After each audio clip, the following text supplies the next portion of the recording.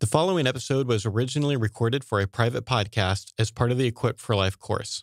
It has been edited for public release, but may reference training material from the Equipped for Life course. So we got a really cool email that I just want to share with you guys before we jump in. You guys know, but the people who are going to listen to this later don't know. We've had this awesome intern over the summer named Megan.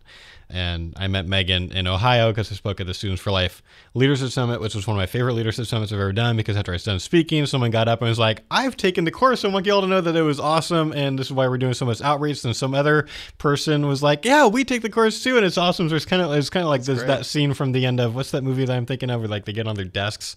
The Robin Williams movie. Yes. What do you, oh, come on. It's like poetry, Dead Poet Society. Dead Poet Society. Yeah. It was a little bit like that. That was not my experience at my last leadership summit. Yeah.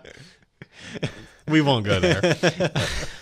But that leadership summit did not go as well. I agree. And so it was a really cool thing. And then Megan had come up to me and said, hey, I love your organization. I'd be interested in working for you guys. Would you consider doing an internship? And at the time I basically said nope. So I said, like, we've never done an internship. I have no idea how to do an internship well, and even learning how to do an internship well sounds kind of overwhelming to me right now. We've got all these things going on this summer, so it's just probably not happening. But Megan was very charming and persistent and sent me more emails like, hey, I'd really like to do an internship. And that was enough to kind of get me start researching it, and eventually we figured out, oh, okay, it's not that hard to get it going and do it legally and all that. So anyway, so Megan's been working a lot of faithful hours for us this summer, and she's fantastic, and I'm hoping to hire her one day, but that's like, she's got years of college left, unfortunately. But she's been doing lots of editing, and it's been really helpful. And she sent me this email. So she went through the course for the first time. She was not one of those groups in Ohio. There's like, we've taken the course. She was one of the groups that hadn't taken the course yet. So she's gone through the course to do some projects for us, and this email is awesome. She said, hey, I had to share this because it's literally the greatest moment of my life as a pro-life advocate. That's great. It's now at like 1 a.m. on this random Tuesday/Wednesday. My friend Scott, who is also an RA, asked me about abortion. He's pro-choice and brought up a sovereign zone argument, which I addressed with the thalidomide steps for stuff which worked okay. We talked about when we thought life begins and why I'm so passionate about that tiny clump of cells.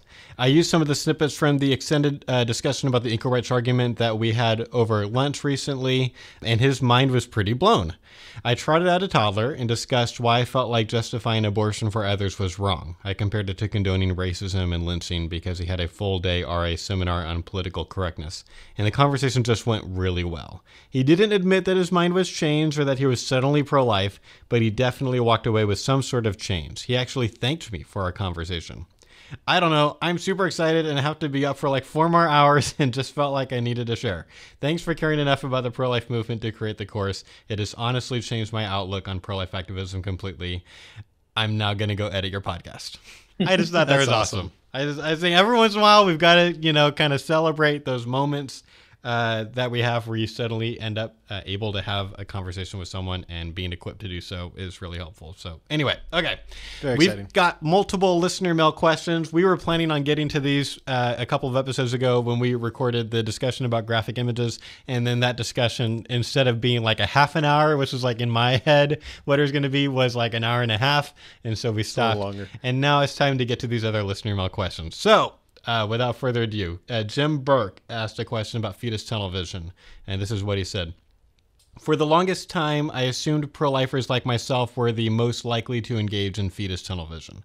But as I looked for instances of it, I was surprised to see just how much Planned Parenthood engaged in it.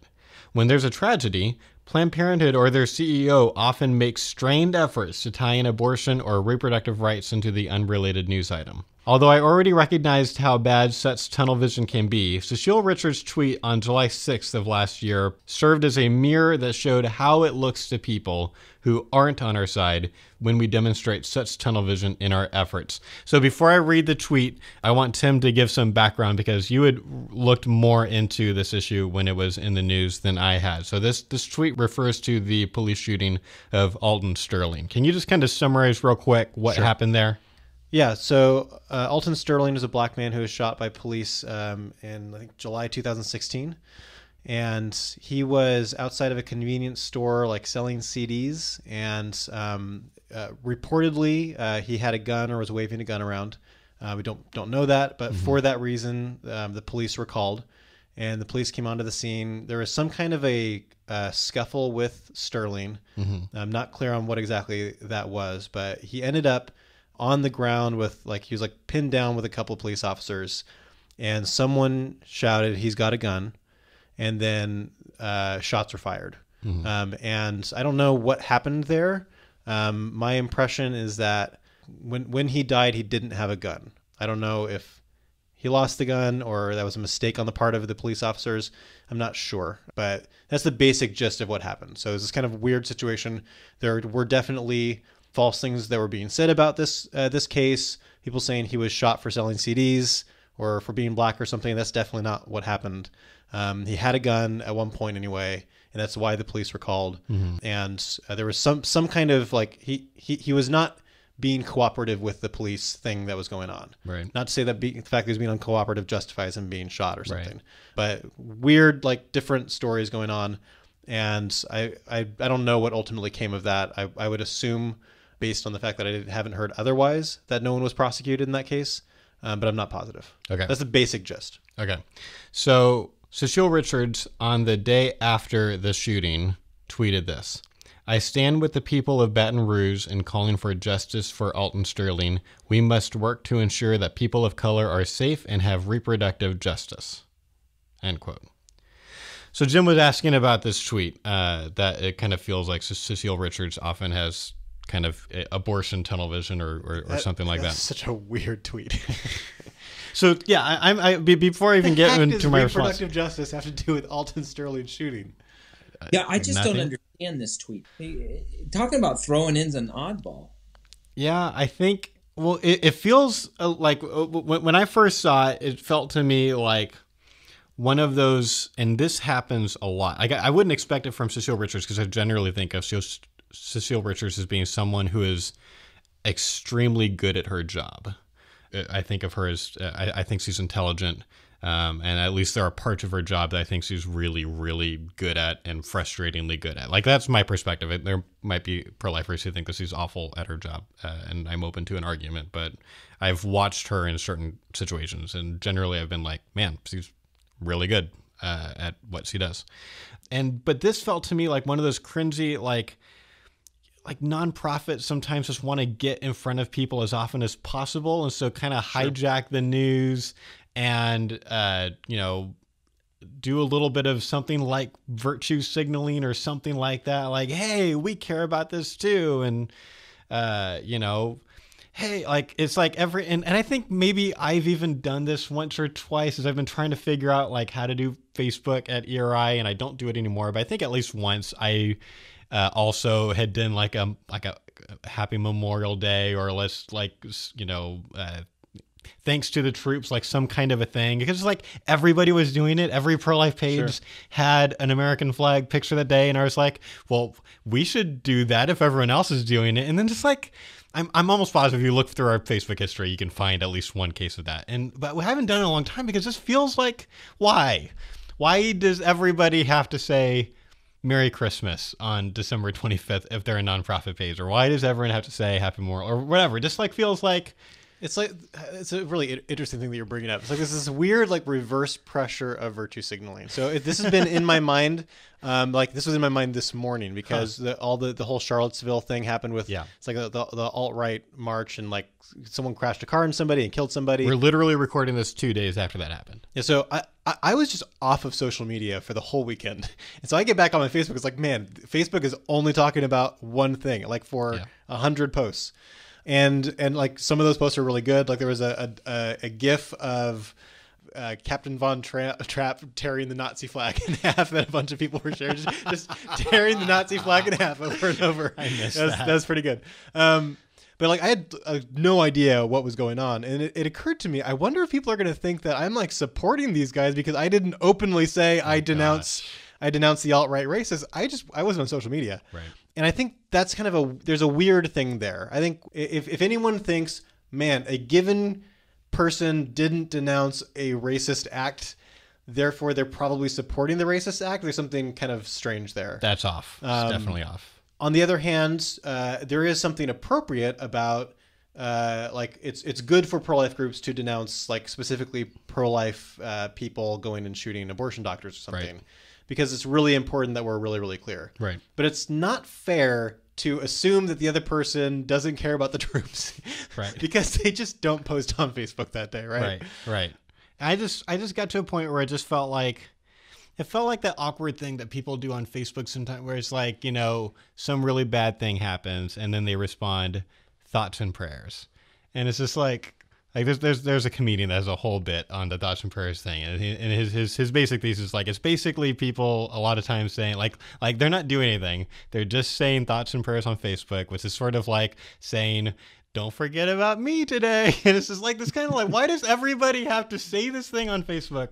That's a little harsh. It's not charitable, but I don't know. It just feels cringy. Okay, sometimes. so let me defend thoughts and prayers a little bit.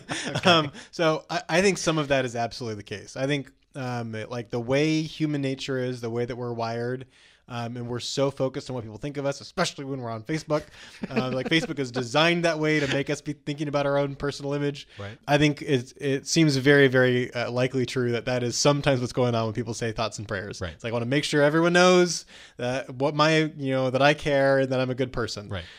But I think other people, they're just kind of like, they're reacting and not thinking that much about it. Right. And they're like, oh, this person died.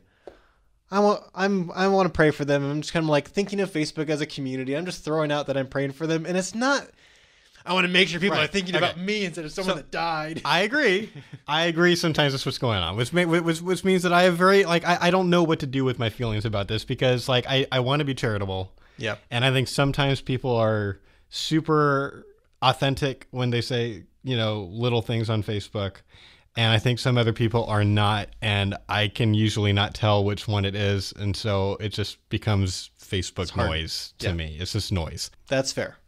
So I've been in a process trying to figure out what should I do and not do as like the main person posting on the ERI Facebook page. And that's been kind of a process for me. And I when I saw Cecile Richards' tweet on, you know, we stand with the people of Baton Rouge, we are on the side of, you know, Black Lives Matter, basically, is what she's saying. Which is, I'm calling for justice for Alton Sterling. There is an assumption here that there's an injustice that has happened.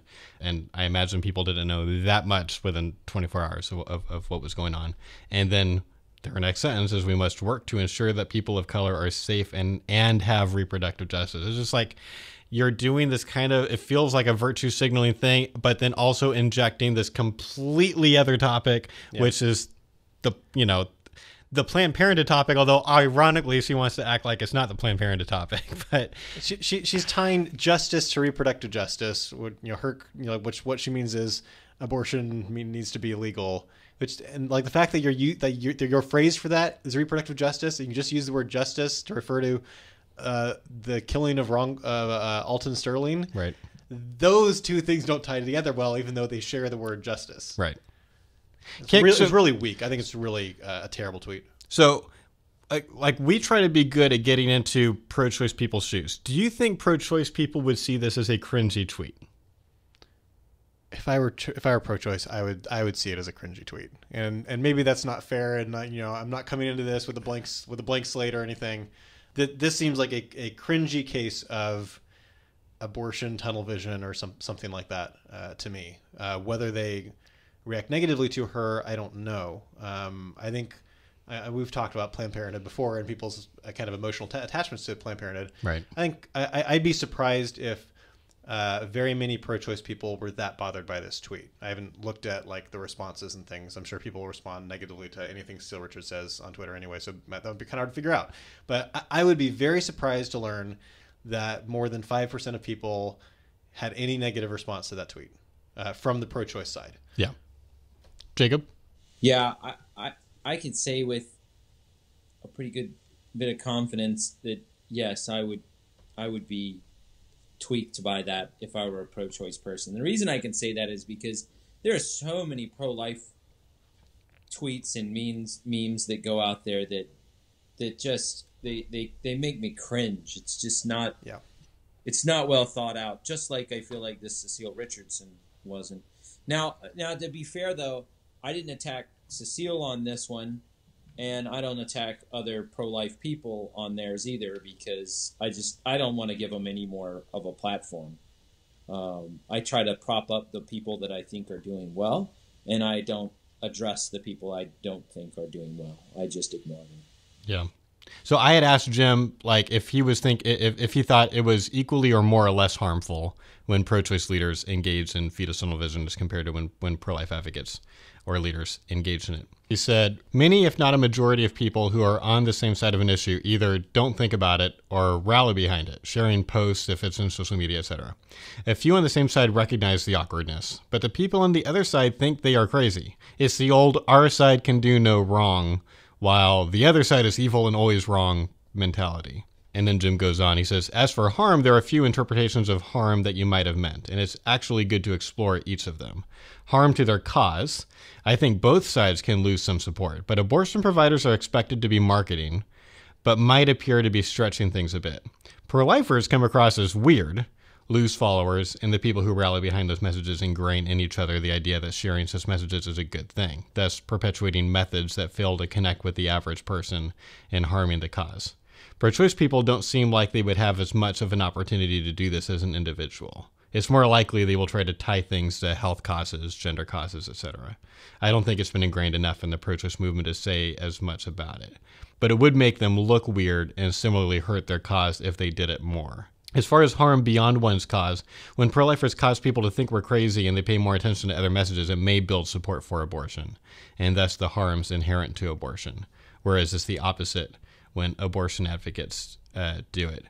Tim, we've talked several times about this idea where it's like, it seems like the other side on the abortion issue can get away with things that we can't. So can you kind of talk about that a little bit? They get away with murder, literally. Yeah. But that's not what I was literally going for. and figuratively, though. Figuratively, yeah, the abortion side can get away with figurative murder in terms of saying inappropriate things. What they were caught doing with the CMP undercover videos, selling baby parts, there's no reason that the left should support them at all. If the left was consistent and acting the same way that, generally speaking, the right does. When a Republican congressman is caught in an affair or something, mm-hmm. he is out. He is gone. Yeah. The right comes down really, really hard on its own, whereas the left, generally speaking, there's certainly some exceptions here, like Anthony Weiner is an exception. Like, man, he's not doing so good. But there's a lot. It's harder to knock a Democrat out through a scandal because they tend to support their own more. And so I think part of that's what's going on here. And part of it is also just the fact that you've got the media being what it is. It's all fake news. It's easy to kind of like make fun of like people like President Trump for like pushing on that so hard. But it resonates because it's true. And we've experienced a lot of that. The kinds of things that leftist media outlets will do, like just straight up lie or edit content to make people on the right look bad. There's just so many cases of that where like people even heavy on the left will admit, yeah, it's really, really biased and unfair. And that means people on the left can get away with things that the right just can't. And that is what it is. Okay. So because there's this weird potential exception to that rule that I basically generally agree with, that is so obvious, I feel like I have to bring it up, even though I wasn't wanting the podcast to go this direction, but just so that you can at least explain kind of how your thoughts kind of work in this area. It seems like there's this one big Republican exception to the rule of if they get caught in scandals, they're out, which would be the guy that you did an impression of just a second ago. And so Can you like, at least like, it doesn't, now everyone has to agree with Tim's thoughts on Trump, whatever, it's fine. In most ways. If you're going to try to use Trump as any kind of an argument in general about the Republican Party or what the Republican Party can get away with, you're just out of luck. You're making a bad argument.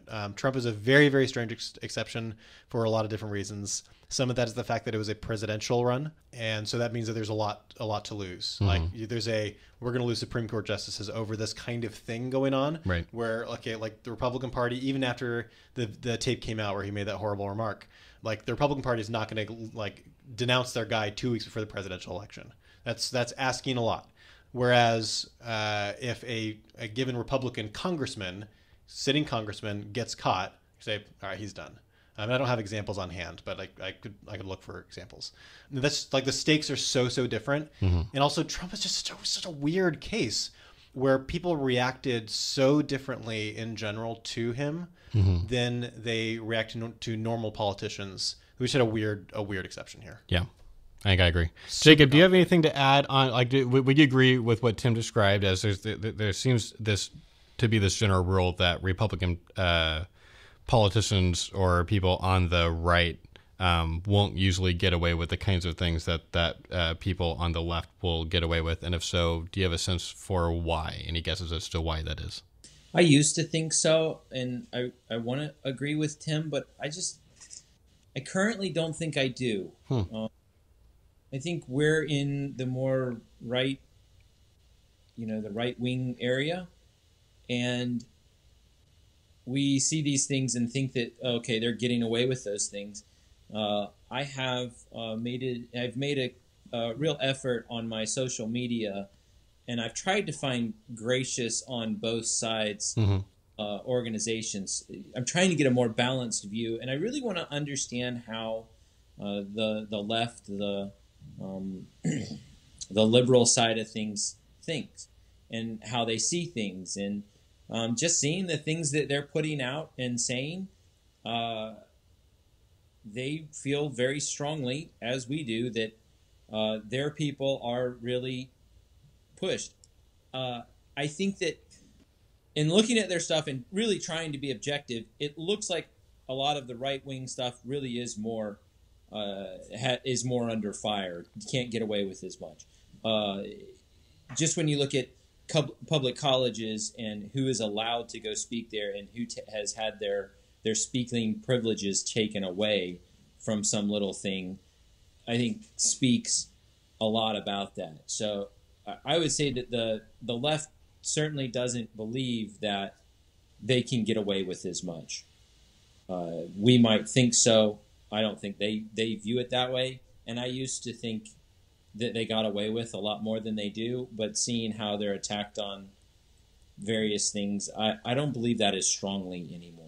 I think that might just be about what sources you're looking at. Sure. So I think if you, there are certainly there are a lot of closed-minded tribalist. I'm just gonna be on the Republican side no matter what, Republicans, and the counterparts on the Democrat side, where it's going to defend the Democrats no matter what. Like those individuals are on both sides, but the kind of like power structure in like the university system and in the media is so heavy on the left side that means Republicans, conservatives have to be really careful about what they say. And if they make a mistake, they get crucified for it, where similar counterpart mistakes on the other side, they don't get crucified. Like if you're a conservative in Hollywood, there's heard story after story after story of conservatives in Hollywood who pretend they're not. Right. And there's like secret meetings of Hollywood conservatives, and it's very secret because they know their careers will be hugely hurt if they're open about their conservatism. Whereas if you're on the left, you're like Jennifer Lawrence or Emma Watson or something, like super leftist stars, like they get away with it with impunity. And so there's a huge difference there. Tim, I certainly agree with you on the first thing that you said, which is the universities. The universities have a very strong left-leaning socialist kind of agenda that doesn't cut any slack for real diversity on the right-wing side. But when it comes to the media, I think I disagree with you. I don't know. We'd have to probably dive into it a little bit more. I think the media so much of the mainstream media has been so undermined and taken down. And if you look at their ratings and their just how many people are watching them, I think they're propped up to be a lot more powerful than they actually are. There are a lot of YouTubers out there that are doing news. There are a lot of social media people that are doing news that have higher ratings than the major news networks. And so I think the major news networks are just, it's not that they're completely insignificant. They don't have the power they used to. There's Drudge Report. There's a lot of there's Ben Shapiro, Mark Dice. I could go on for hours of all these conservative type, some of them really snarky, but conservative right? And conservatives are a lot stronger on talk radio and have been for a long time. Right. Yeah. So that's certainly an exception. But like think about something like Twitter, like free speech on if you're on Twitter or like on YouTube, like the kind of fire that like people on Twitter have come down on, or ways that like Twitter has banned Milo Yiannopoulos. So he was one example. There's another person I can't like. If I'd known we were going to go in this direction, Yeah, I've been like doing research and trying to like get my examples. This is all unplanned territory. Yeah. And the Google memo, like they fired someone for saying totally reasonable things, but came across to them as diverse because he was saying that men and women are different in some ways. They're like. It goes beyond like the ratings of CNN and MSNBC versus the ratings of Fox News. It's certainly true that like the amount of share of like media power, like the amount of the pie that like those three networks have compared to what it used to be, it's a lot smaller now. But you still, people like John Oliver has so much power. All of the late night comedy guys are all heavy leftists. Yes, and so it goes beyond just things like the news networks. The only point that I was going to make before we move on to the next listener mail question was like, and I kind of went the direction in my head at the same direction that you went, Tim, and thinking about what happened to Planned Parenthood when the CMP videos came out. If something comparable had happened with a pro-life organization, and it's a little bit hard to figure out the thought experiment here because the pro-life organization is not selling baby parts, and so it'd have to be some really, really extreme scandal. I could imagine there being, so like if something really bad happened with like a really, really big group, so like let's say like National Right to Life. So they were like selling women's blood, like they were like taking blood and saying they're going to do tests and they sold it or something. I don't know. So like CareNet, so like this big network of PRCs has gotten all these PRCs to do blood tests, and then they're like taking the blood and selling it without, like, I don't know, it's on still the black not, market it's or something. Still not as big a scandal, but let's just say sure. That's pretty good. Like I could imagine maybe a few people who've been like supporting that organization for a really long time, being like, I still love this organization. I'm still gonna like good. They've done so much good, like whatever. But like for the most part, most of those the people that have been supporting the work are gonna go and move to something else, which might be an argument for what, like I've heard everyone else would throw them under the bus. I've heard multiple pro-lifers say like we just need basically the pro-life version of Planned Parenthood. There shouldn't be all these big pro-life nonprofits. There should be one big pro-life organization because this is the reason why it's not working is we've basically got Goliath, and then we've got like all these little soldiers trying to fight Goliath. We need our own Goliath kind of a thing. Yeah. Which sort of goes against the biblical story anyway, but whatever. This might be an argument why that would be like not so good, because if it turned out one of these pro-life groups was really, really, really bad and this big scandal happened, like those the donors could put their passion and their resources into many other awesome pro-life organizations. Sure.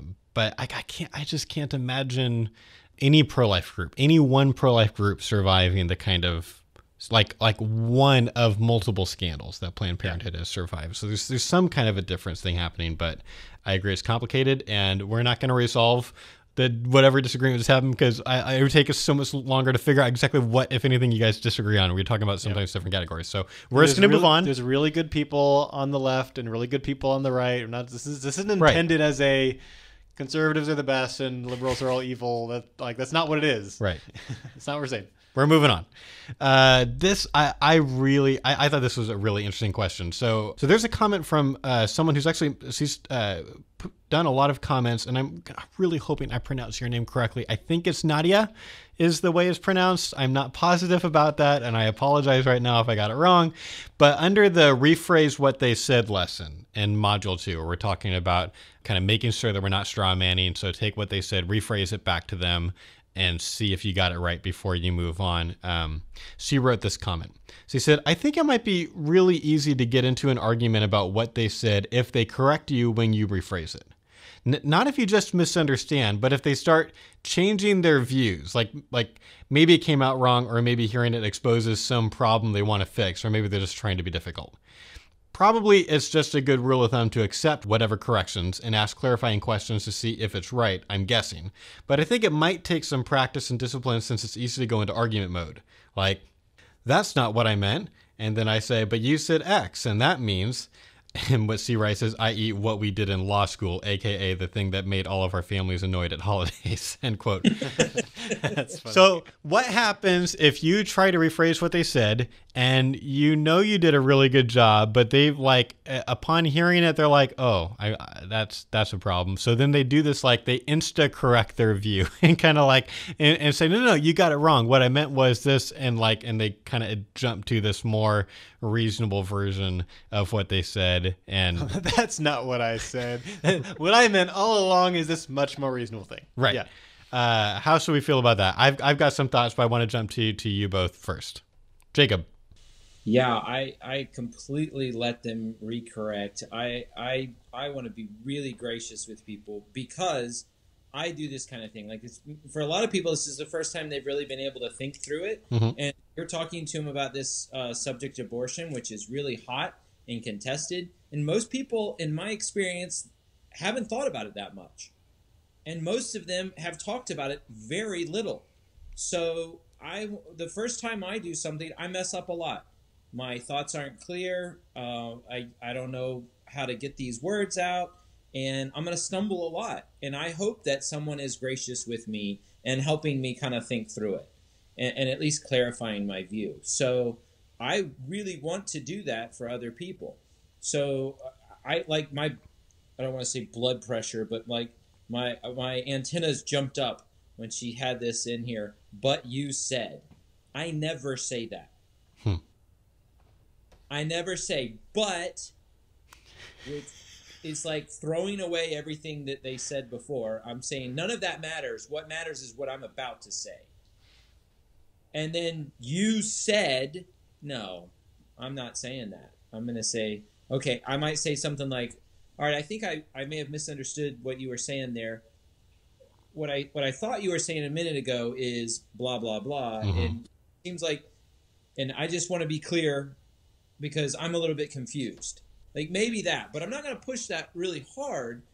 That's only if I'm genuinely confused because it sounds like they're saying two different things. And sometimes they'll just abandon one premise they realize is bad and they'll go on another one.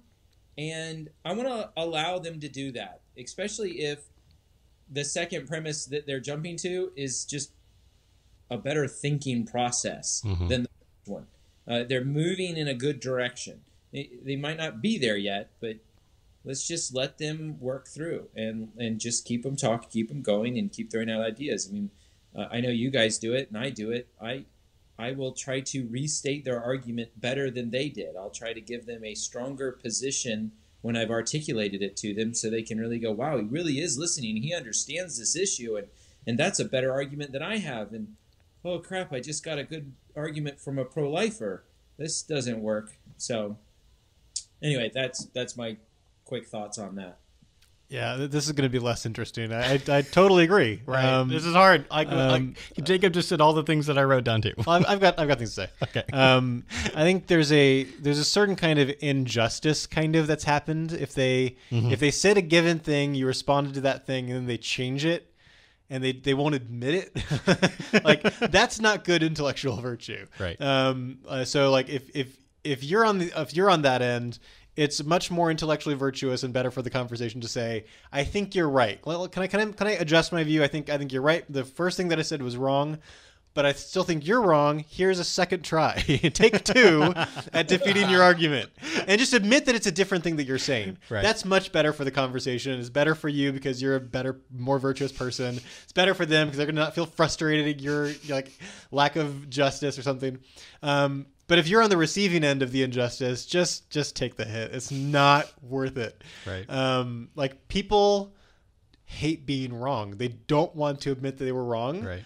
And they're going to say that, or and that could be a subconscious thing or a conscious thing, like where they're changing it. They might not even be aware that they're doing it. But they want so much to be the reasonable person that they kind of change it in their own heads. And so if that's the case, man, you're just going to get in a huge problem if you confront them over it. I mean, Either way, it's not worth it. let them get away with it. It's fine. Let them save face. There's a thing that we talked about in one of the biology videos for the course. Yeah. It's like if they want to shift to a better argument, kind of like let them save face. I think that applies here really well. Yeah. And that's going to help them to be more inclined to change their minds if they feel like they can shift to a better position without having to admit they're wrong. And I don't care if the injustice has happened. Right. I want them to have a better position. If anything, you saying, oh, I must have been mistaken. I thought you said X, but apparently you meant Y. Isn't it easy for people to misunderstand each other? It's like you're setting an example for how you want them to act too. And it might be that now that you've been the first guy to say I was mistaken, now they might feel more open to admitting that they were mistaken, maybe even about a much bigger thing later in the conversation. Like it's basically a win, I think, all around. Nobody's keeping score. Nobody cares. Right. It's not a big deal. The only person that's harmed by them being unwilling to admit that they changed it is them, not you. So don't worry about it. I will say one exception, which is if they're getting all up in your grill because it's your fault that you misunderstood them, and not in the kind of way where you can just brush off and be like, I guess there was a miscommunication and move on. If they're like, no, like they're really up in your face. You said that I said this thing and it's like it's your fault, then I might give them some pushback. Like no, like I wasn't being rude. The reason I said it seems like you're in favor of killing babies is because you said this thing.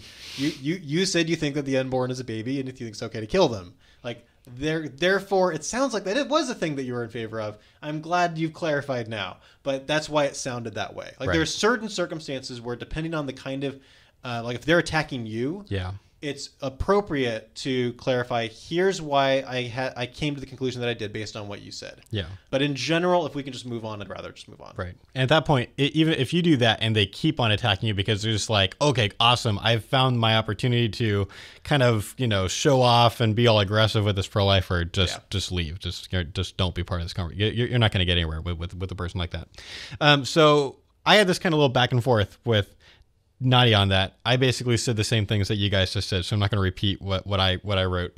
But she added another reply, which took this in kind of an interesting direction. She said, I would agree with it being better. It's more of an I could see myself making that mistake kind of a thing. I'm not suggesting it's a good idea, so there's no real pushback here. I like to think that I would do better than that. But being rather self-reflective, I could admit that I could totally do this in some circumstances and not trying to be a jerk, but just because discussions over disagreements are kind of exciting. So honest. Good for you, Nadia. This is the lawyer, coming up. And it's a topic that I care about. Awareness of a flaw is not half bad as inoculation against making that mistake in the future. So I thought it worth mentioning since I recognize this is a problem for me. Maybe I could catch myself. And if not avoid it, maybe turn it into a less confrontational explanation of where I had a different understanding. Like when you said X, catch myself, I understood it to mean Y. So thanks for clarifying that for me. So it kind of ends up in like that would be a better thing for her. And I'll give you my response, but if you guys have anything to add to it, I'm interested. I said, I totally hear you. Self-reflection is really good. I literally had a dream the other night that a certain pro-life leader that I won't name interrupted my speech at the Students for Life conference to badger me about something that we disagree about. And when I woke up, I thought to myself, what should I do if something that crazy happens? And my first two instincts were fairly snarky. So I definitely have a snarky side. I'm suppressing sometimes when I talk to people, especially if they're being annoying. But it's good for me to recognize that and be extra cautious about it. Do you guys have anything that you want to add? I think it's fantastic that Nadia kind of identifies this as a problem for her. I've had so many conversations with people who like they're asked like, what do you do for a living? Well, I help people have conversations about abortion in a gracious way. Oh, well, I could never do that. Like man, abortion makes me so mad. Right. And it's remarkable. I've had this happen like dozens of times where they're like, I could never do what you do. Like, I really appreciate what you do. Right. There's no way that I could learn to do that. And I always say, no, I'm sure you could. It might be hard. And like, I think what Nadia is describing here is like a smaller version of like, there's personal tendencies that I have, whether that's impatient or impatience, or I get angry too quickly, or I'm not good at listening or something, that are obstacles to doing the kind of dialogue that we at ERI encourage. And you can still do really well even if you have like a bad habit, if you're aware of that bad habit. You could even take that into a conversation. You could say, all right, I really want to talk about this with you. I think this is really important. I've recently discovered that I have kind of a personal flaw that I like when I get excited in an argument, I interrupt people and I stop listening to them. So here's what I want you to do. I really want to talk to you about this, and I want to be a good person in the way that I do it, and I want us to have a good conversation. So if you start realizing I'm interrupting you or you think I'm not listening very well, I want you to wave your hand and say, I think maybe you're not listening very well. And if you say that, then because I'm aware that I have this problem, I've got to, that doesn't mean you're right, but I've got to really take seriously, I need to step back and watch it. And something like that. You can still have good conversations about abortion, right? Even if you have a bad habit, if you know what it is and you're willing to admit it and you're willing to work on it. And that's just awesome. Yeah, that's great. Yeah, I don't have anything to add. That's great advice, Tim. And I really like this girl's honesty. I'm not worried about her. Yeah, I met her in New York when I did a leadership summit there too, and she's great. I have no concerns about Nadia doing dialogue well, but it's a cool, honest confession. That's awesome. Okay, last piece of listener mail, and I think this is actually my favorite one of the three, although it was the hardest for me to figure out what is my answer, because I haven't had this happen very much to me, and it's a certain kind of an obstacle in a dialogue that as I started kind of imagining what this would be like, I realized is a much more difficult obstacle to deal with than I thought it was like when I first read it.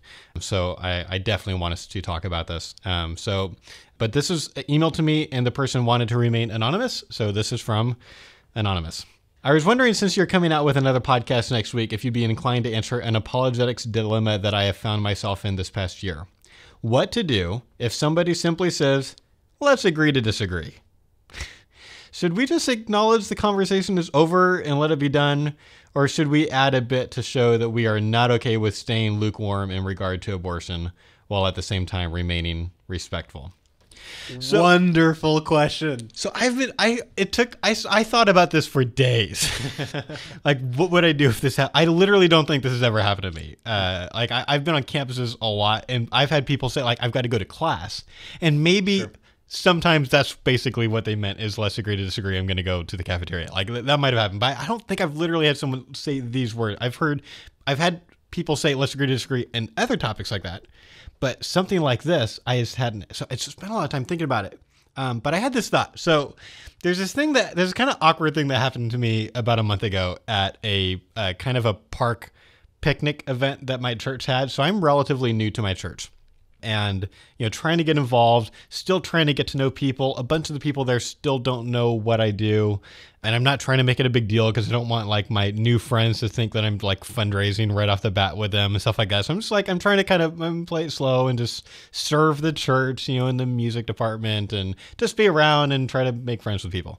So we're at this park event and this guy comes up that I think it's the first time we met. So he kind of, hey, how's it going? He's, hey, I'm this guy. I'm not going to say his name.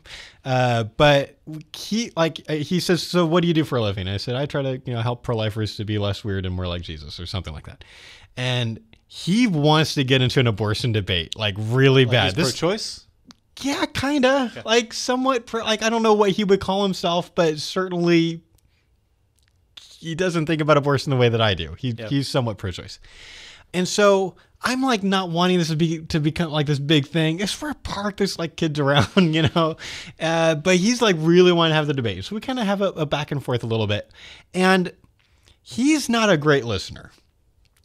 But he really wants other people to understand what all of his thoughts are. And he talked about how he thinks of himself as this really, really good thinker. He's a better thinker than most people kind of around, he feels like. And so he's really excited to kind of tell me about his thoughts. And so we're packing up the park event and we're having these long walks together, kind of carrying the equipment back to the cars. And it's pretty much 80% of the time him talking.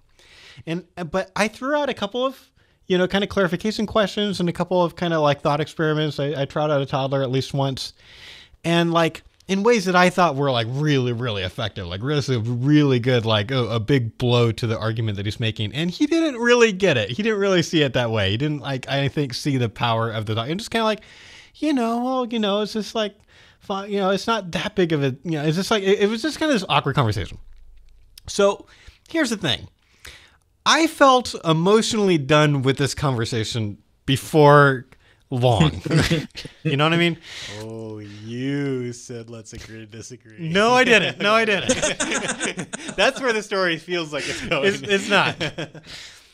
But I was not wanting. I did not feel compelled to let this go as long as he would have been willing to let it go. I've got my family. They're wanting to go home. This guy would stand around for an hour or two with me if I let it. And I was just like not in the mindset, like this was kind of annoying. And I just didn't have a lot of patience, and there's other stuff going on. It's just like, so it's fine. So I just kind of let him kind of talk at me a lot. But at the end, it kind of like he said, well, we should get together. Let's get together and have coffee and let's talk about this some more. I love talking to you, or at least talking at me. So I love talking to you, and let's go and have coffee. And I was like, sure, let's do that. So we did that. And it was fine. And, we didn't talk about abortion that much. We talked about other things, kind of got to know each other. And then at the end of it, I basically said, hey, you're open-minded. You keep talking about open-mindedness. I'm open-minded. We think differently about some things and think the same about some things. I would love to get together with you again, and let's try talking about abortion again. We thought differently about that. Let's kind of have some more back and forth on that. Maybe we can also talk about some of the other issues that we think differently about. Just kind of push each other. And he's like, yeah, that'd be awesome, man. We can get together as often as you want, So here's the thing. Just to stop you for a second. I'll bet a lot of people are like listening to this and thinking, I would love to have someone that's that enthusiastic wanting to talk to me about this stuff. Like that sounds great, even though he sounds a little difficult. Yeah, it's a good thing. But here's so I've got this open door that I wouldn't have pictured having this at the end of the thing at the park. It only kind of like this door kind of opened up the first time we got together later. And then I kind of made this judgment call of even if this guy is a little bit annoying to me, I think it'd be worth spending some more time with him. If I had ended the thing at the park with let's just agree to disagree, it would have been really hard to try to talk about it again. If I had said at the park, he kind of talks at me for a while and I just say, let's just agree to disagree. It would be really weird to come back later and be like, hey, that thing that we agreed to disagree about, last week? You want to get together at Starbucks and talk about that again? Like that would be hard to pull off. And so like it would feel like you closed the door kind of. Right. Yeah. And that's my concern about the let's agree to disagree thing is it feels like if someone says to me, let's agree to disagree, it feels like a door, like they're really trying to close this door on the thing. Sure. And that would make it really hard to continue having the conversation, which means like at this point, I am very against people saying, let's agree to disagree. Like, I'd rather you say something different. You could even say, I'm not even sure what to say about that. Let me think about it for a little while and maybe get back to you. Or I really appreciate you talking to me about that. Or like something, like anything I feel like is better than let's agree to disagree. What about let's agree to be friends even though we disagree? Yeah, I think that's something. I think that's better. Like, I think I'm also concerned about the phrase communicating that it doesn't matter very much, and so I certainly don't want to do that. Right. So I've got like both of those things in mind. It might just be that asking a question, be like what do you mean by agree to disagree? What does that phrase mean to you? Which honestly, it's such a there's something about that phrase that kind of exists as its own entity that has nothing to do with the words agree or disagree. It's like, let's just move on is kind of what I think that phrase means, which really does not match the words agree to disagree. Like, we don't have to agree about whether we disagree in order for us to disagree. And so I think the phrase is really, really strange. And when you have that kind of a phrase where it's gotten so far removed from what the words are in the phrase, that makes me even more want to ask clarification questions. What's done is done. Well, obviously, what does that mean? What are you trying to get at with that statement?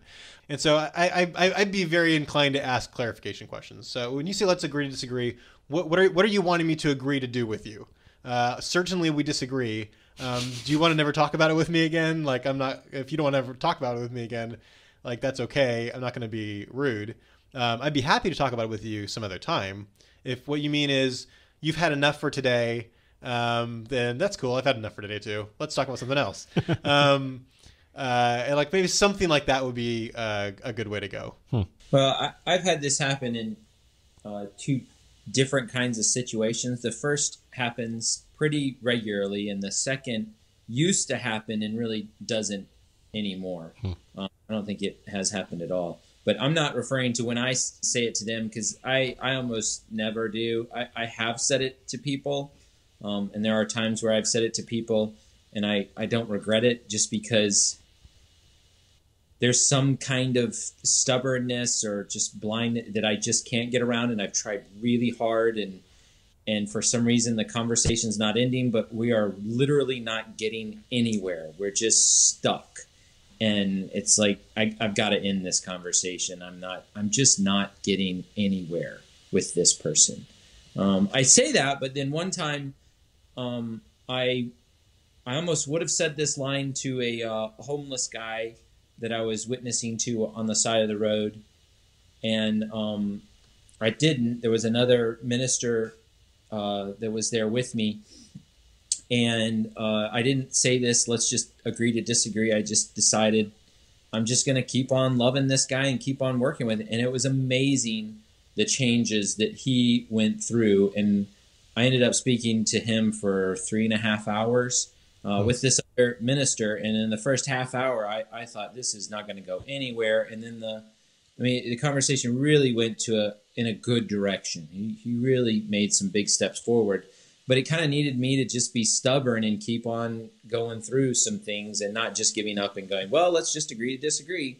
So, but the two situations that I have had it happen is the first one is early on in the conversation, this hostile topic comes up. And I think some people bring a lot of baggage, especially when you're talking about abortion, when the issue comes up and they just don't want things to blow up. Mm-hmm. They're not confrontational kind of people, and they're just like, oh, I don't want to fight. I have my own views. And so can we just move on? Let's just agree to disagree, and we'll be friends about, we play golf together or whatever. Right. And I think with those people, just being really gracious and politely kind of pursuing it and just saying, look, I'm not like looking to fight or anything. I find different people's opinions fascinating. I think people are interesting, and I just want to know like where you're coming from. I'm not looking to argue. If I could just get clarity, that's what I'd love to hear from you. Just maybe some clarity in what you believe and why you believe it. And if you would like, I'll tell you what I believe and why I believe it. But at the very least, I just like to know more about you as a human being. I've almost never had that go wrong. Yeah. You could if you then started arguing with them after they told you what to do. Right. And that's your fault, not theirs. Yeah. But usually if you kind of do that and then you just find some things to tear down the walls, build common ground with them. And yeah, it sounds like you really care about people. That's where you're coming from, this position. And so then this and that, and can I ask you about this? And I'm not asking challenging questions. I'm just trying to understand more about their views and their opinion and where they're coming from. And the more they talk, the more they relax and they calm down and okay, this isn't going to be that horrible Thanksgiving of 1995, like, it's not a reboot. The second situation that I think fortunately doesn't happen so much anymore to me is I used to be a lot more combative. I used to be a lot more aggressive. Mm-hmm. And so we would start talking, and as a way to separate and stop the escalating fight that maybe the other person was fearing we were going into, like this verbal combat that who knows where it'll end, they would just try to diffuse the whole situation and just kind of try to step away from the whole thing and just say, okay, let's just agree to disagree.